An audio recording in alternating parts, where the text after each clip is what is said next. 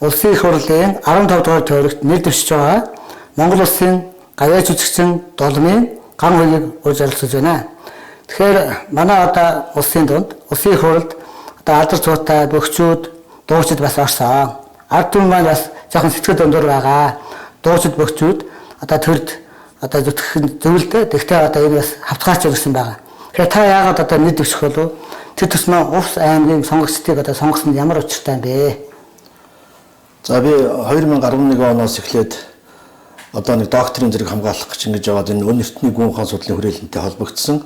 Тэгээ энэ хүрээлэнгийн одоо хийж байгаа ажил бол миний одоо докторийн зэрэг хамгаалах гэж байгаа тэр сэдвтэй маш дүүж одоо их ойролцоо байсан учраас энд оролцоод ингэ явж байгаа. 2011 оноос эхлээл Увс аймгийн нутгаар одоо энэ Батхааны Алтан ордын улсыг одоо байгуулах бүтээн байгуулалт энд эхэлсэн байгаа. Тэрэнд оролцоод Увс аймгаар одоо би сүүлийн 10 жил товж тэргээр явлаа.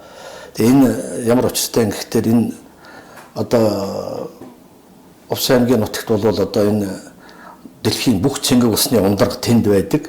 Тэндээс дэлхийн бүх ус 408 зохис дурсдаг. Энийг бол дэлхийн мэднэ усны хагалбар газар Монголд байдаг гэдгийг мэднэ. Яг хаана байдгийг мэдэхгүй. Тийм учраас энийг 800 жил нуужгаад одоо яг хугацаа нь бол 800 жилийн дараа энэ газрыг нууцын зэрэглээс гаргаж байгаа юм.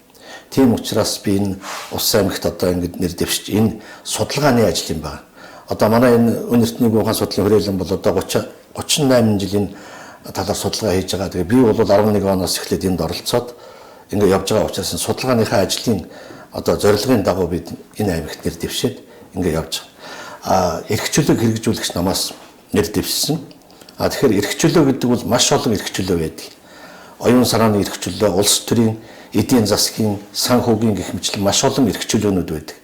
Энэ олон эрхчлөөний дундаас хамгийн чухал нь оюун санааны эрхчлөө байдаг. Оюун санааны эрхчлөө байхгүй бол бусад эдийн засгийн болон улс төр санхүүгийн эрхчлөө байдгүй. Одоо агуу их Тэмүүжин Чингис хааны нэг том онол үгүй. Тэр нь юу гэхээр жишээлх юм бол одоо энэ дэлхийг хэн захирдгийг? Хүн захирдаг.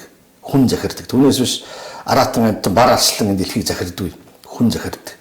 Тийм учраас тэр хүн 13 дугаар зуунд дэлхийг нэгэн жолоонд оруулахдаа хэрвээ хүний сэтгэлийн хурааж чадах юм бол би энэ хааж холддог юм а гэдэг онол дэвшүүлээд энэ онолын дагуу дэлхийн бүх хүний сэтгэлийг хурааж чадсан учраас 13 дугаар зуунд монголчууд дэлхийг нэгэн жолоонд оруулж чадсан. Тийм учраас энэ дэлхийг сэтгэлийг хураана гэдэг нь хүний оюун санааг хураана гэсэн үг. Оюун бодлыг хураана гэсэн үг. Тэгэхээр оюун бодлоо хураалгасан хүн бол тэр оюун бодлоо хураалгасан юмдаа л зүтгэнэ гэхээс өөр юмд зүтгэж чаддгүй. Тэр хүн эдийн засгийн чирэгчлөө байхгүй, улс төрийн чирэгчлөө байхгүй, санхүүгийн чирэгчлөө байхгүй ийм болдог.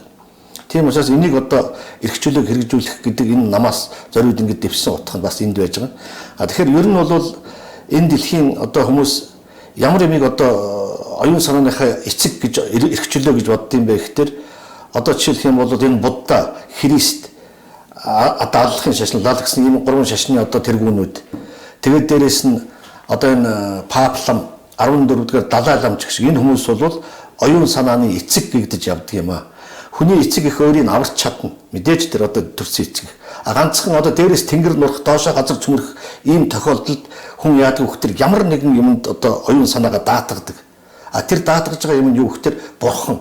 Бурхан гэдэг нь одоо сая миний хэлсэн энэ бурхтыг одоо ингэ хэлж байгаа. Тэгвэл Будда гэдэг бурхан бол би чамайг аварна гэж ерөөсөө хэлээгүй. Та нар өөрөө өөрийгөө ол. Тэгвэл чи бурхан шиг амьдрч чаднаа л гэж хэлсэн. Христ болохдоор юу гэсэн гэхээр би таануудыг аварна гэж хэлээгүй. Юу гэж хэлсэн гэхээр одоо эцэг хүү ариун сүнс хурчиж аварнаа л гэж хэлсэн. Тэр эцэг хүү ариун сүнс гэдэг нь Монгол улсад байдаг. Миний одоо ярьж байгаа Чандман уулын аймагт одоо амьд гал амьд төрст газар амьд ус гурвыг одоо тэр одоо эцэг хүү ариун сүнс гэж хэлж байгаа. Энэ монголчуудын Чандман 3 гэдэг нь та бүхэн бүгд мэднэ. Амьд гал амьд төрст газар амьд ус. Энэ гурвын дундаас дэлхий дээр анх амьдрал үүссэн. Энэ газар нь одоо 800 жил нуужгаад одоо яг нууцын зэрэглээс гаргаж байна. Энэ нь Чандман уулын аймагт байдаг. Чандман уулын аймаг гэдэг нь одоо яг Увс аймаг, Ховд, Баян өлгийн одоо энэ хуваацсан байгаа. Ерөнхийдөө бол тэр аймгийн нутагт Чандман уулын аймаг гэж байсан. Одоо тэнд одоо бүх үйл явдал болж байгаа учраас зориуд би тэнд нэр дэвсэн одоо ийм учиртай юм байна. Тэгэхээр аллах бол яг хөхтөр тэр корон судар гэж байдаг. Тэрнийг л одоо та нар унш тэр л одоо таануудыг аварна гэж хэлсэн байдаг. Гэтэл тэр судар нь монголчууд яадаг тэр хүн одоо Мухаммед чинь агуу дотор одоо хонь хариулж аваад тэндээс одоо торгон дотор боолтой судар олсон гэж ярьдаг байхгүй юу. Монголчууд өөрийнхөө номыг одоо торгонд боодог юм учиртай. Ер нь бол энэ гурван шашны сургаал эндээс одоо миний тэр хэлж байгаа Чандман уулын аймгаас одоо үүсэл гаралтай ийм одоо та нар ингэж амьдрна гэсэн энэ зарчмыг хэлсэн ийм гурван шашин байдаг. Тэгэхээр өнөөдөр хүн оюун санааныхаа эрхчлөлөг олно гэдэг нь юу гэсэн үг юм гэхээр өнөөдрийн монголчууд одоо хүнд оюун санаагаа хураалгаж байна. Төрдөө. Монгол хүн төрийнхөө зарчмаас ерөөсөө зөрдөггүй. Яаж бодоод төрийнхөө зарчмаас зөрдөг төр нь хичнээн муу байсан ч одоо үгийн дагаал явж байгаа. Тэгвэл төрийн гурван өндөрлөг өнөөдөр хаана хүнд оюун санаагаа хураалгаж байна. Цагаан сар болох тэр гандан дээр очиод тэд нартай мөрөгдөг ч талаамналт. Тэд нар хүнд оюун санаагаа хураалгаж байна. 14-р Далай ламд.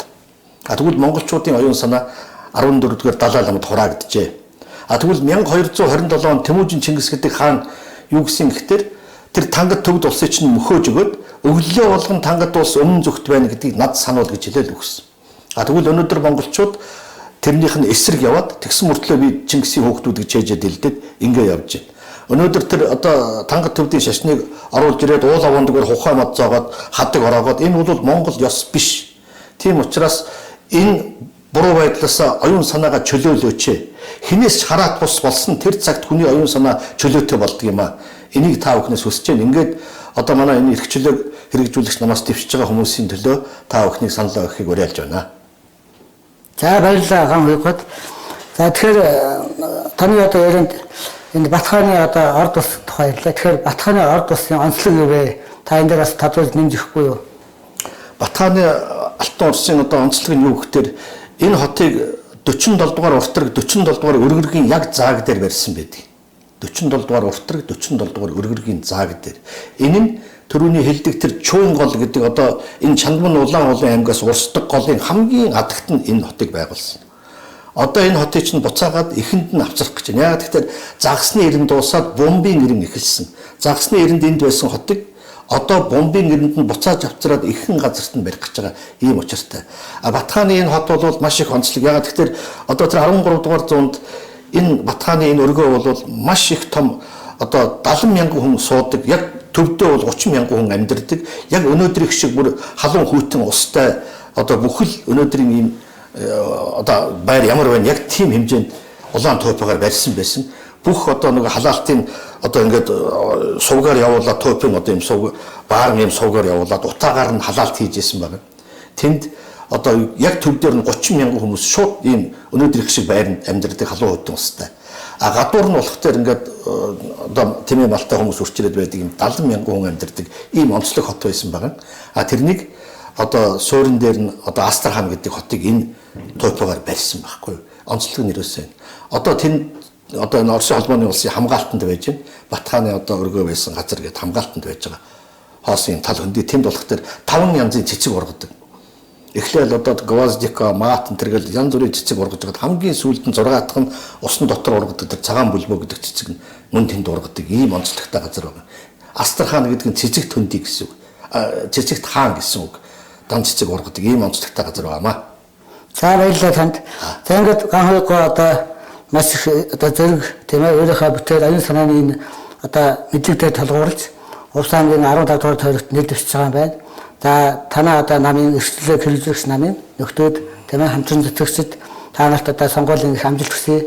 Монгол улсад оюун санааны цааш шинжил хийхэд та бүдгийн одоо энэ ярьсан хэлсэн зүйл бол бодит болж хүндрэлтнийг одоо тэмнэр сайхан болгож оюун санааны тийм ээ эрхчлөлөөтэй налгаар сайхан амьдрал аз жаргалтай юм ертөнцийг бүтээх юм байна гэж ойлголоо. Зүгээр зогсохгүй зөвхөн Монгол биш дэлхийн асуудлыг та хөндөж байгаа юм байна. За танд сонгуульд амжилт хүсье. За, ерөөд бацсайхан оршиг.